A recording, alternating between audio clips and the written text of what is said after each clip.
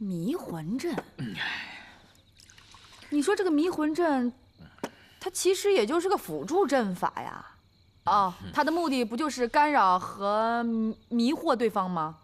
它要是后面没有别的阵法，它也起不到杀伤作用哈。啊！姑娘用兵太狠了。这迷魂阵后面跟了一个什么阵，你知道吗？朱雀阵。你知道什么叫朱雀阵吗？不知道吧？这朱雀阵就是几百名弓箭手站在支架上面，万箭齐发。哦，来，咱不管他了，不管这些，来，喝酒。喝酒。好酒量啊，小王爷。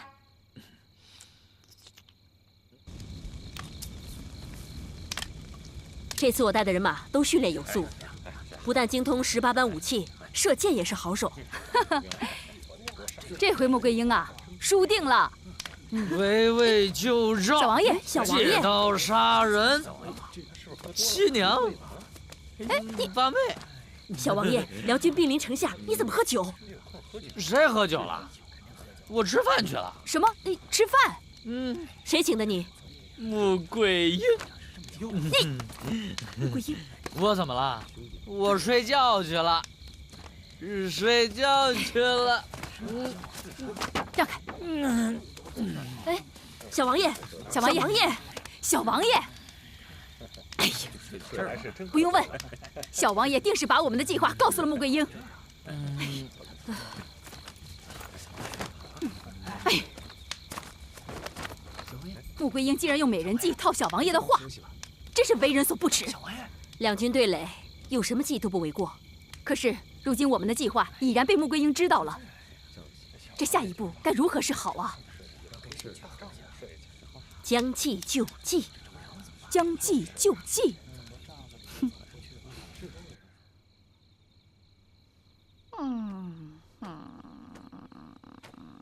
桂英，你吃过饭了？还喝了酒呢。你和谁喝的酒？小王爷呀。你怎么跟他喝酒啊？我从小王爷那儿啊，套出了姑姑跟婶婶用什么样的阵法。你太不正大光明了。我怎么不正大光明啊？我跟姑姑婶婶作战，那如同辽军作战一样。兵法上怎么讲的？不用奸计不胜。这个难道你忘了不成？走。哎，你知道你姑姑用什么样的阵法吗？你想都想不到。什么阵？迷魂阵后朱雀阵，够狠吧？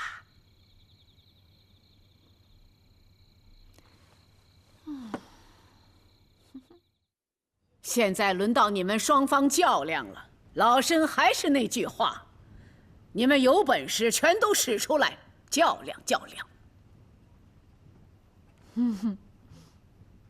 杨元帅，你还有什么吩咐吗？孩儿听娘的。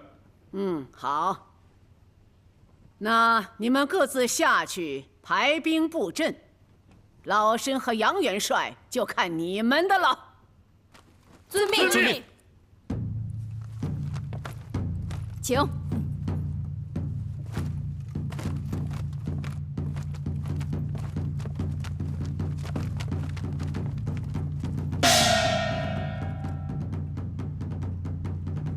二位还有何建议啊？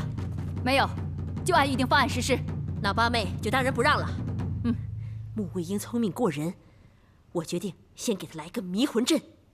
等等，他们都知道这个阵法了，怎么还用？小王爷，这个你就不用担心了。哎呀，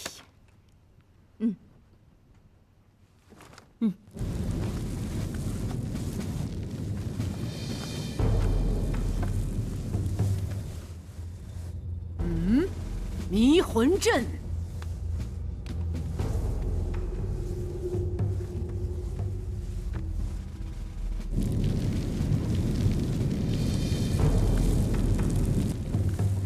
穆桂英一时很难判断对方使用什么阵法，而且心烦意乱，兵将也会不寒而栗呀。可听说穆桂英事先知道七娘和八妹用合阵，她为何还要这样用？这就是八妹过人的地方啊！她以不变应万变，她先扰乱了桂英的心智，进也不是，退也不是，处于两难境地。娘，你女儿用兵有些道道啊。那是。八妹聪明嘛。我们不受她干扰，正直向前。好，不要与之展开激战，就做出使用朱雀阵的样子就行了。好。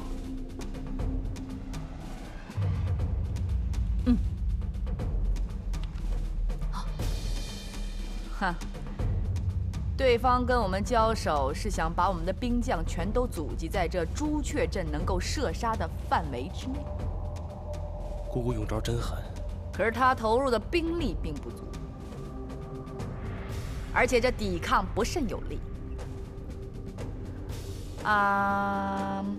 彩云，不跟他玩了，向后迂回。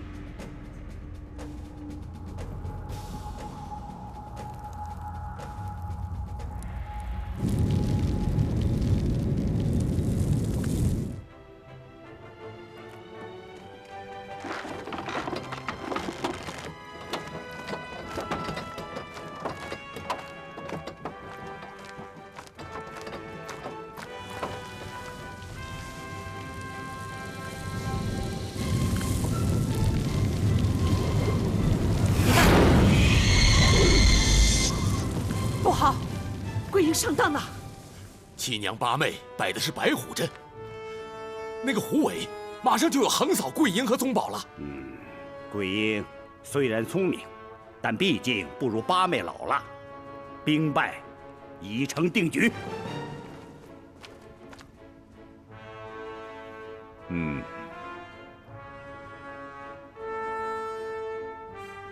我们继续向后冲杀，对方快抵挡不住了。等等，稍安勿躁。他使用的是白虎计，你要再攻的话，可就中计了。攻击虎腰。对呀，带兵向侧翼攻击。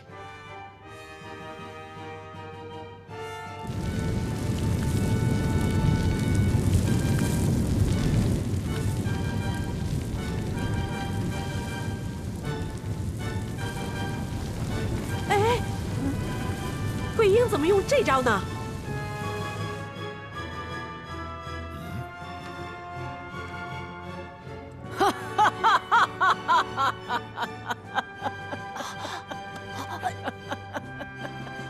穆国，计时结束。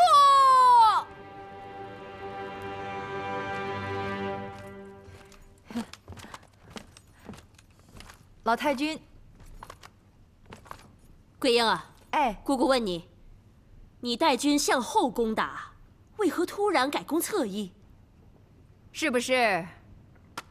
小王爷又给你传信儿了。哎，七娘，您怎么能这样说话呢？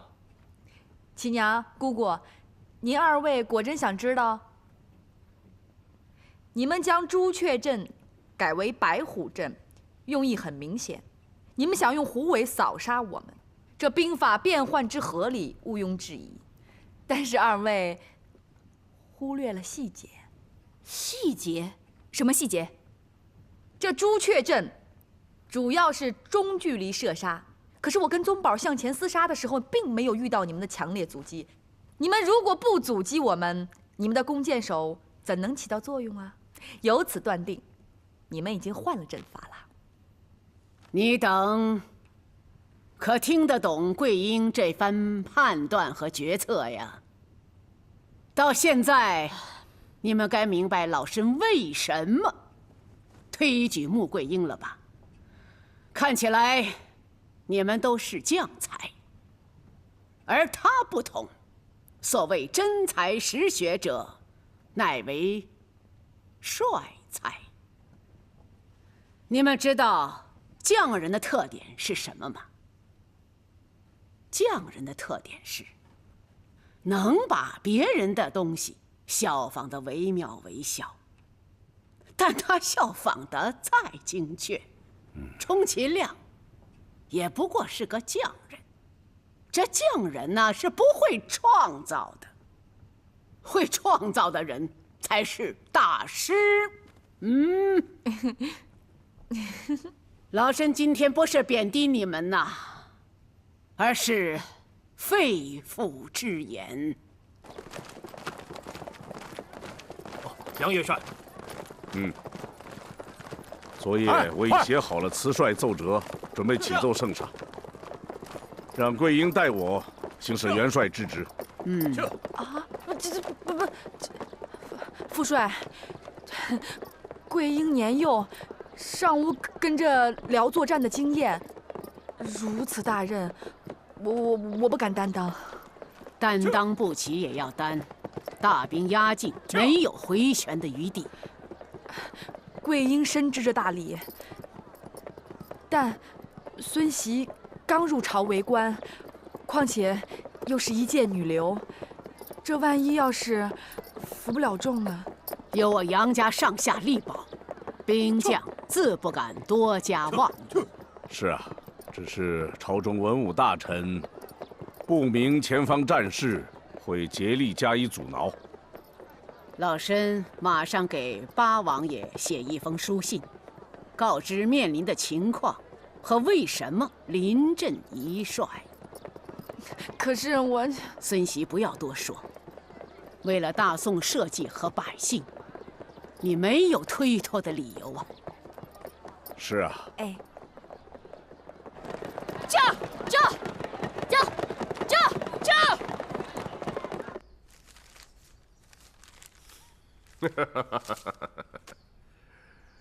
让一个黄毛丫头去挂帅领兵打仗，滑天下之大稽呀！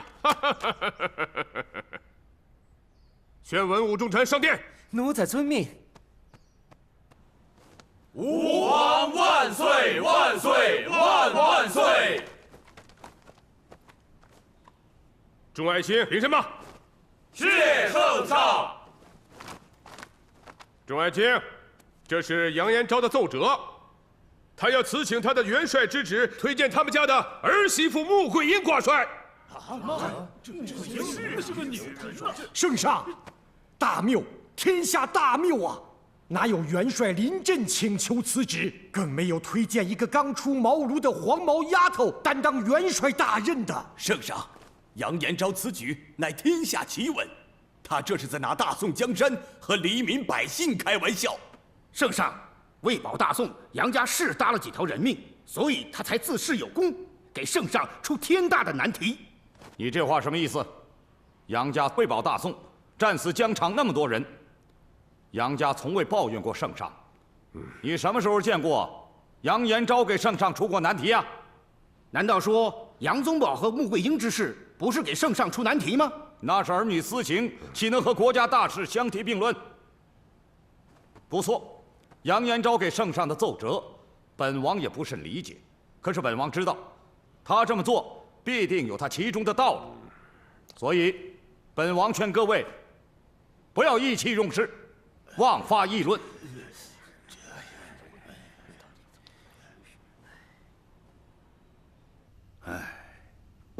真乃天有不测风云。原以为萧元帅用不了多少时日，便可歼灭杨家军。我们的粮草运到那里，便可庆功设宴，犒劳萧元帅。可没想到，杨延昭推举穆桂英挂帅。什么？穆桂英？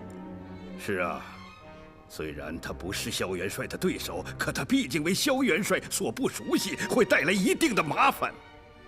以末将看来，穆桂英不仅仅能带来麻烦，他还能和萧元帅抗衡一二。笑话，他是有些鬼点子，可大军对阵怎么摆阵，怎么用人，他想得出来吗？再说，萧元帅独创的天门阵法，他一个乡村丫头，如何能破解得了啊？既然这样，那监军，您尽可放心了。不，他带来麻烦总归不如没有。再说，我等投靠了辽军，得有作为。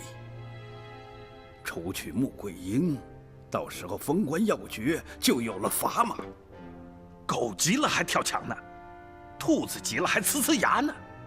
监军，你不可再犹豫了。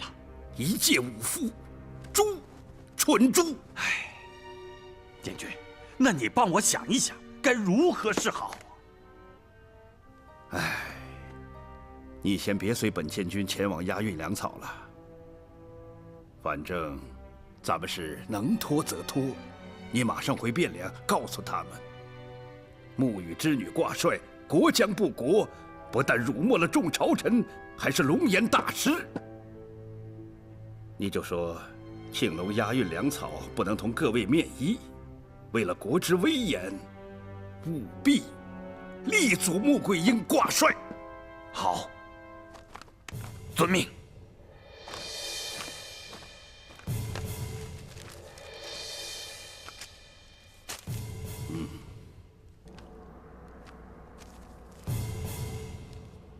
既然杨延昭已经递上了辞呈，必然有他的道理。诸位爱卿也不必在意了。当下，当务之急是要选出挂帅之人。启禀圣上，现在是很难选出挂帅得力之人。可是杨延昭推荐儿媳挂帅，实乃不妥。先不说穆桂英乃一介女流，光她的身份就让众臣不能接受。谁都知道，穆羽过去是北汉名将，太宗夺得天下后，他依然不从，率众匪隐匿在木柯寨，与朝廷抗衡。他闺女穆桂英挂帅，岂不乱了朝纲？圣上，穆桂英挂帅乃天理不容。且不说他父亲和他一直占山为王，与圣上对抗，就说他和杨宗保之事是闹得全天下沸沸扬扬。如果让他挂帅，圣上，臣民就会把圣上取消婚约和他挂帅之事联系起来，那么圣上的颜面何存？众大臣也会觉得很窝气。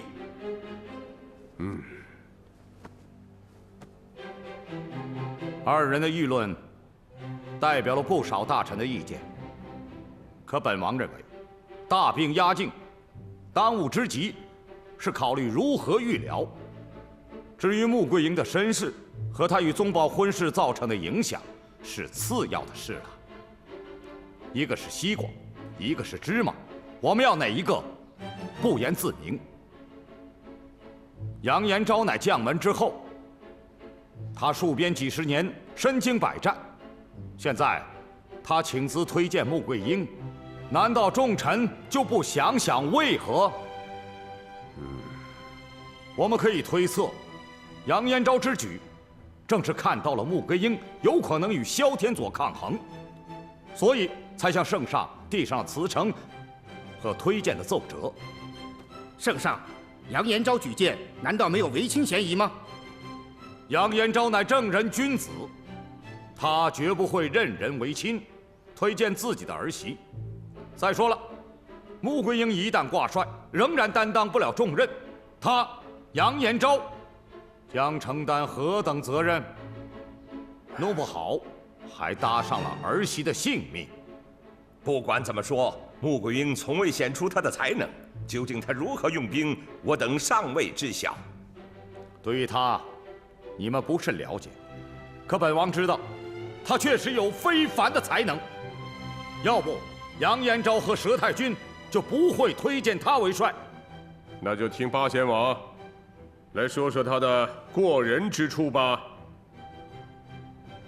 他的才能，大家还不熟悉。可佘太君身经百战，用兵如神，可他在木柯寨却被穆桂英挫败。杨延昭大家更了解，可以说在这之前是公认的常胜将军。可他也被穆桂英擒过。这些事，本王本不想说，可事情迫在眉睫，不得不说。圣上，不管怎样，让穆桂英挂帅乃操之过急。如果他真有才能，可以让他辅佐杨延昭。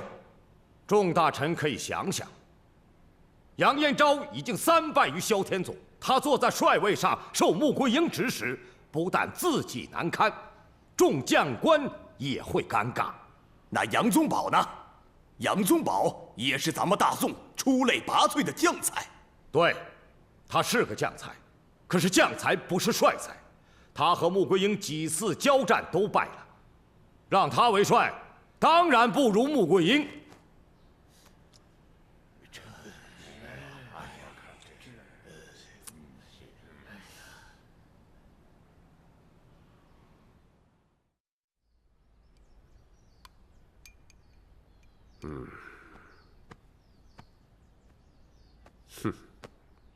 皇兄啊，你觉得杨延昭推荐穆桂英挂帅，是经过深思熟虑的吗？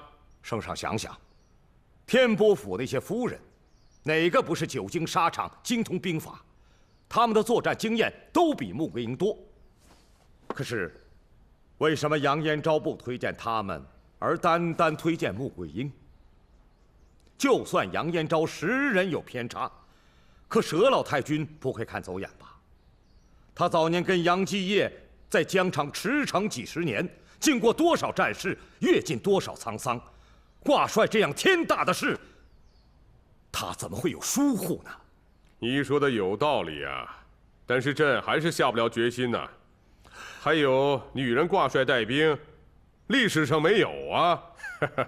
再说她毕竟曾经是草寇之女，哎，让人听起来匪夷所思啊。圣上，有些事是不合常规，可是辽军已经威胁到汴梁，再谈循规蹈矩，岂不误了大事吗？朕不能让杨延昭辞职，让穆桂英辅佐他，是形势的发展所定。如果穆桂英真能担此大任，再考虑他挂帅不迟啊。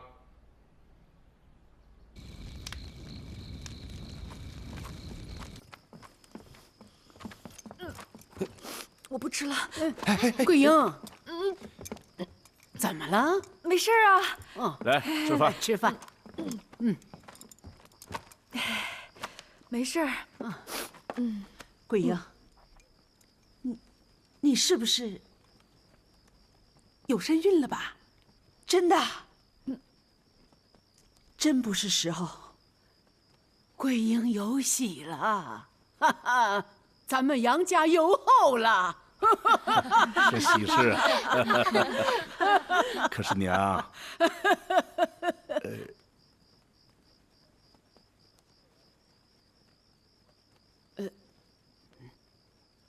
吃饭啊，吃。来，桂英。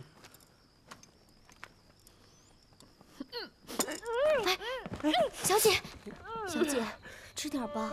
什么都不吃，那哪行啊？来，怎么也得吃一点。我不想吃。来，他怎么能吐得这么厉害呢？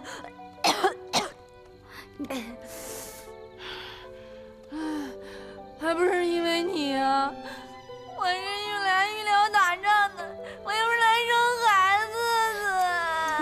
好几顿都没吃了，来来来。行行行，不吃也行，慢点不吃也行啊。哎，真的不是时候。且不说圣上准奏桂英为帅，得下多大决心，还要力排众议。即使圣上真的认桂英为帅，颁了圣旨，他现在这个样子，如何担当元帅重任呢？桂英怀孕之事，不能让任何人知道。报，元帅，圣上派人来了。圣旨到。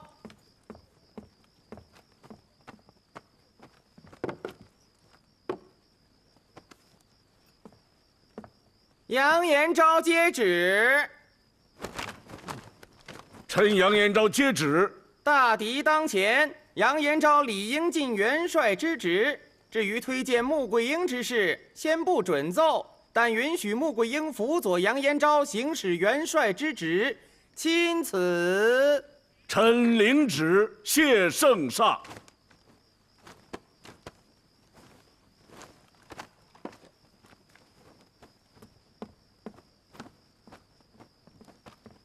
宋公公，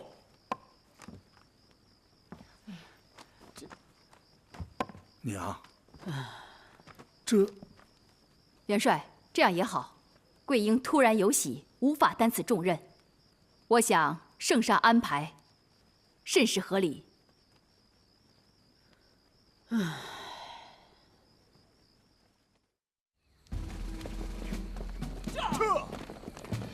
王庆龙让人捎来密信，说皇上让穆桂英辅佐杨延昭。穆桂英是谁呀？穆桂英就是杨延昭救出重围的那个女将。哦，我跟她交过手，她的刀法的确是厉害。不错，她不但刀法娴熟，而且神出鬼没，弄不清路数，不好接招啊。她刀法虽然厉害，可不一定懂得排兵布阵呢。她辅佐杨延昭，对我们没有任何威胁。田伯夫人才济济，皇上能让他辅佐杨延昭，绝非心血来潮。他厉不厉害，我们和他交手便知道了。是啊，是啊。知己知彼，百战不殆；知己不知彼，一胜一负。本帅没有弄清他出身和经历和用兵特点前，不会贸然开战。哈将军，末将在。您赶快去找王庆龙，让他把穆桂英的出身、经历和用兵特点给我搞清楚。是。萧天佐从13岁跟他哥哥萧天佑和我们作战，可是他从未亲自上阵与我们厮杀，所以我们对他知道的甚少。可是这个人用兵深思熟虑，从这3次交战，老身就看出他确实是个帅才。我也是通过这3次战役，发现此人有一特点：此人肯定学过道学、阴阳之说，所以我很想了解一下他的师傅是谁。这个恐怕不太好打听。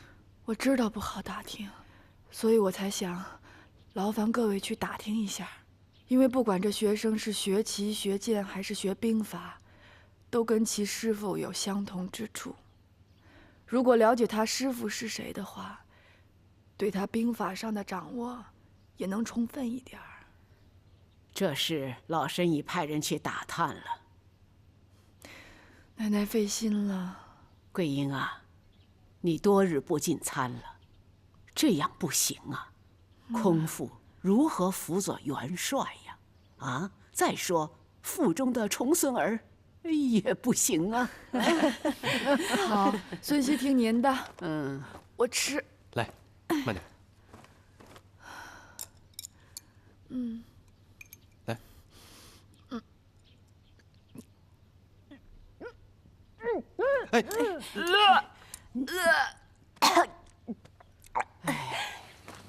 亏了监军事先给几位大臣打了招呼，要不是他们，皇上头脑一热，真有可能拜穆桂英为帅，那萧元帅灭宋就不会那么顺利了。走，走，怎么回事？禀报苏御史，有个商贩愣说是王监军的同乡。3馆交战之地，哪有什么同乡？轰走！怎么着？我说你不是吧？走！慢，王监军，我是你同乡啊！你出来！等等，苏大人，此人往来南北贩卖皮毛的小商，当年在黄河岸畔确有小婿呀，您不会忘了吧？哦，果然是同乡啊！押运粮草责任重大，你坚守岗位，本监军口头嘉奖。谢苏大人。请。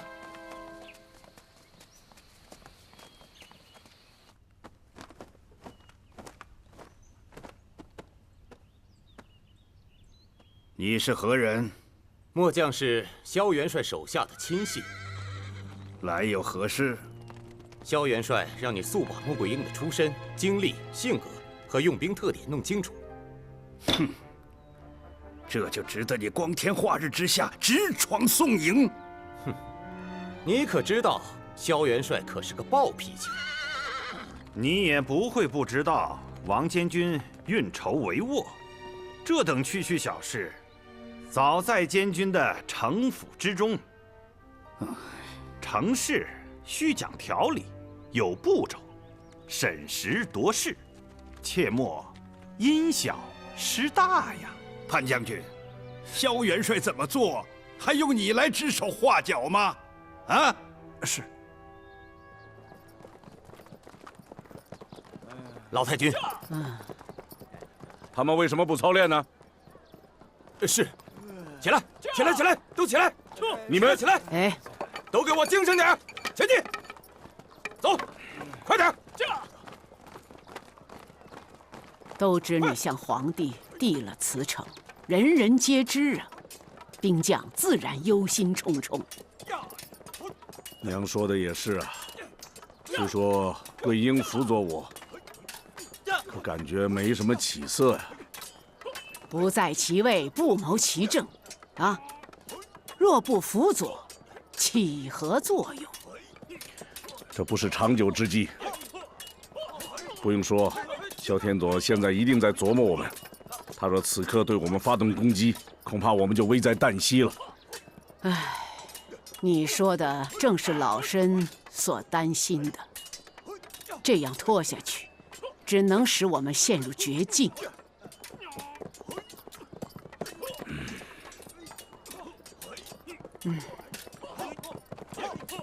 石虎镇、长蛇镇、太阴镇。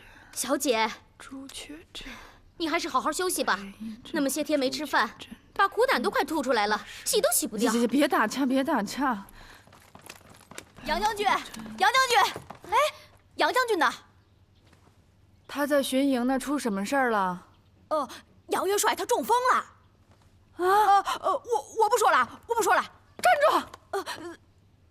他怎么会这样啊？你还是好好休息吧。彩云，快带我去。这奶奶。杨元帅，少夫人来看你了。别扶我，别扶我，小姐。奶奶，我爹他爹。谁让你们惊动了桂英啊？我去找少将军，少夫人非得跟着来。奶奶，我爹他怎么了？元帅心事太重，是旧病复发。上回元帅犯病啊，就差点要了命。爹，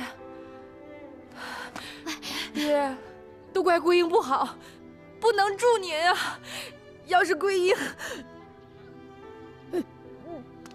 扶他回去。小姐，走。哎呀，没事，行，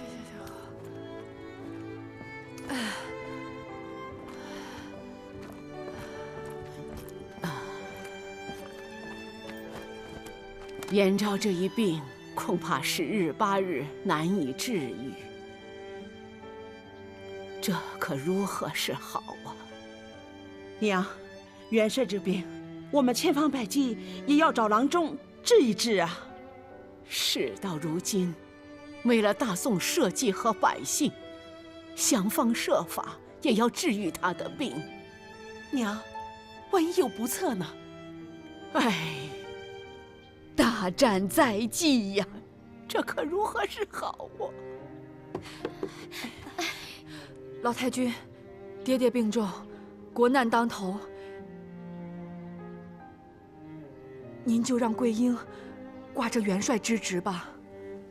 桂英啊，我的好孙媳，奶奶知道你有这份孝心，可你有孕在身，如何能长得起这帅印呢？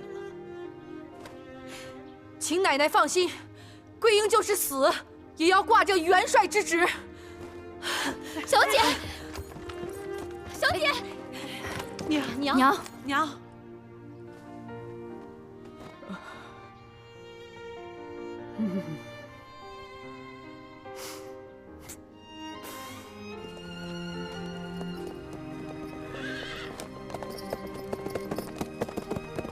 小姐，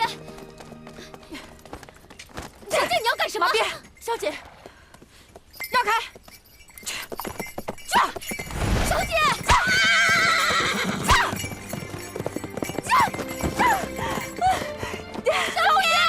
小姐，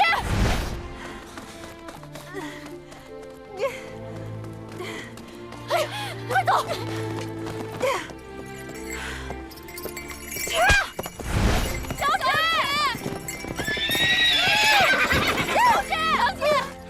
桂英，你不要命了！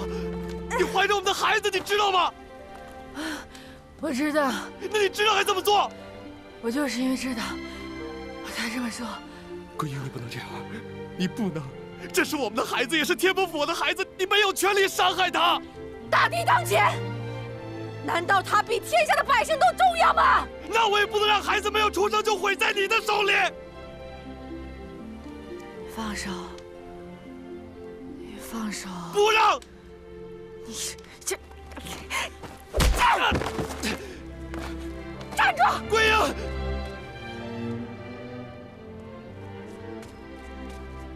小姐！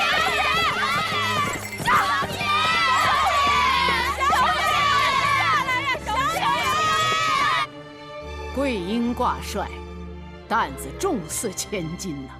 虽然他是你们的小辈，但老身要求你们对桂英唯命是从。你们如果哪一个稍有违背之意，我对他绝不留情。奶奶，奶奶，奶奶，宗宝，你快去看看桂英。怎么？啊？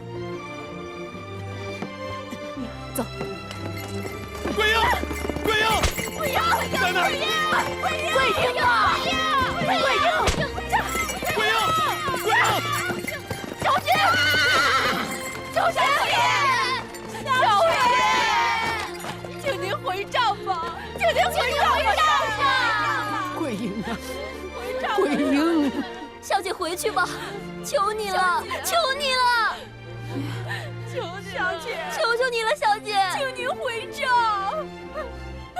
小姐，请您回帐吧，小姐，回去，小姐，回去吧，回帐吧，小姐。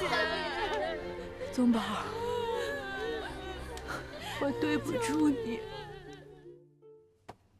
杨延昭不可能中风啊，他没有过此病的前史，老家伙身子骨硬朗着呢，突然发作，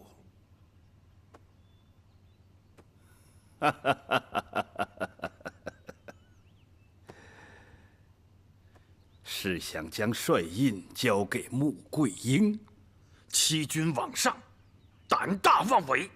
哼哼，这是佘太君和杨延昭逼迫圣上之计呀！皇天在上，佘太君呀，佘太君，你躲过了初一，可躲不过15。杨延昭啊，杨延昭，纵使你魔高10尺，也挡不住啊道高千丈。监军，绝不能让他们的阴谋得逞。去，派个人把这个送去汴梁，处理完这事，直接去三关，带我去探视杨延昭，弄清是否真病。潘冲，明白，明白才怪。鸡一嘴鸭一嘴的，动不动就乱嚷嚷。别忘了，你姓潘。哎，对，冲动是魔鬼。明白就好。明白才有明天，明白才有江山。学生铭记恩师的教诲，铭记终身。我这就去办。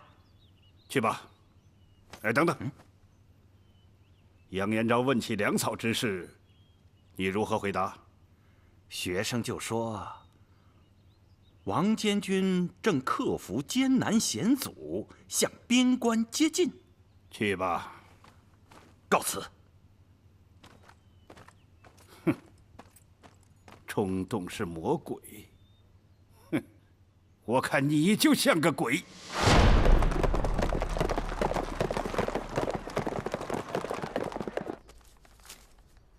这是佘太君代杨延昭写的奏折呀，说他得了重病，你说巧不巧啊？